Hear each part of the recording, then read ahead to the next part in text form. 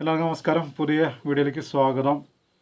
നമ്മൾക്കേവർക്കും പ്രിയങ്കരനായ ലാലേട്ടൻ ശ്രീ മോഹൻലാൽ അദ്ദേഹം ഇപ്പോൾ അസുഖബാധിതനായി ചികിത്സയൊക്കെ തേടി വീട്ടിൽ വിശ്രമത്തിലാണ്.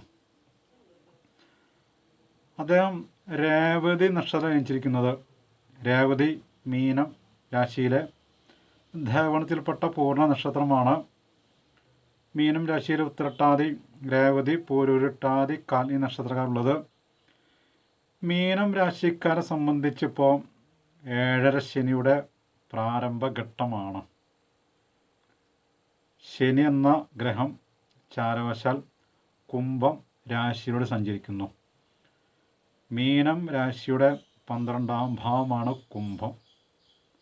12ാം ഭാവത്തിലൂടെ ശനിയുടെ സഞ്ചാരം 7.5 ശനിയുടെ പ്രാരംഭഘട്ട കാലമാണ്. വ്യയഭാവമാണ് 12ാം ഭാവം. വരവിനേക്കാൾ ഉപരി ചെലവ് കൂടുന്നൊരു സമയം. അതുപോലെ തന്നെ ആരോഗ്യ സംബന്ധമായ പ്രശ്നങ്ങളുണ്ടാവാം, അസുഖങ്ങൾ വരാം, അപകടങ്ങൾ വരാം, ചികിത്സ തേടേണ്ടി വരും. അതുപോലെ തന്നെ അപവാദങ്ങളൊക്കെ നേരിടേണ്ടി വരുന്നൊരു സമയമാണ്. തടസ്സങ്ങളുണ്ടാവാം, മാനസിക സമ്മർദ്ദമുണ്ടാവും. അങ്ങനെ ഒരുപാട് പ്രശ്നങ്ങളെ നേരിടേണ്ടി വരുന്നൊരു കാലഘട്ടമാണ് 7.5 ശനി കാലഘട്ടം. പ്രത്യേകിച്ച് പ്രാരംഭഘട്ടം കുറച്ചൊരു കഠിനമായൊരു സമയമാണ് പ്രാരംഭഘട്ടം. അതുപോലെ തന്നെ ഈ വ്യാഴം എന്ന ഗ്രഹം ചാരവശാൽ ഇടവം രാശിയിലൂടെ സഞ്ചരിക്കുന്നു. മീനം രാശിയുടെ 3ാം ഭാവമാണ് ഇടവം. 3ാം ഭാവത്തിലൂടെ വ്യാഴത്തിൻ്റെ സഞ്ചാരം അത്ര നല്ല സമയമല്ല. 3ാം ഭാവത്തിൽ വ്യാഴം സഞ്ചരിക്കുന്ന കാലഘട്ടം മുറവിളി കൂട്ടുന്ന പറയാം. പല കാര്യങ്ങൾക്കും തടസ്സമുണ്ടാവുക, മാനസിക വിഷമമുണ്ടാവുക, ചിലപ്പോൾ അപവാദങ്ങൾ കേൾക്കേണ്ടി വരിക. അങ്ങനെ കുറച്ച് പ്രശ്നങ്ങൾ നേരിടേണ്ടി വരുന്ന കാലഘട്ടമാണ് ഈ 3ാം ഭാവത്തിലൂടെ വ്യാഴത്തിന് സഞ്ചാരമുള്ള സമയം.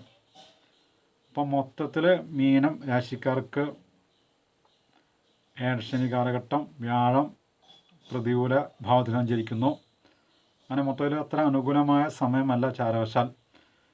പക്ഷേ ഈ നക്ഷത്രക്കാർ ജാതപ്രാരംഭം അനുഭവിക്കുന്ന ദശകൾക്ക് അപഹാരങ്ങൾക്കൊക്കെ ബലമുണ്ടെങ്കിൽ ഈ പ്രശ്നങ്ങളെല്ലാം തരണം ചെയ്യുമെന്നാണ് പറയുക.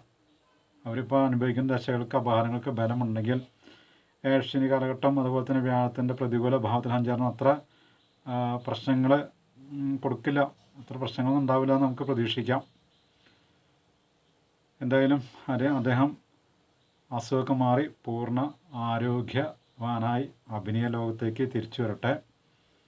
ഇനിയും നല്ല നല്ല വേഷങ്ങൾ ചെയ്യാനുള്ള ആയുസ്സും ആരോഗ്യവും ദൈവം നൽകട്ടെ. ഇനിയും ഇതുപോലുള്ള ചെറിയ വീഡിയോകളുമായി ഞാൻ നിങ്ങളുടെ മുന്നിൽ വരാം. എല്ലാവർക്കും നന്ദി, നമസ്കാരം.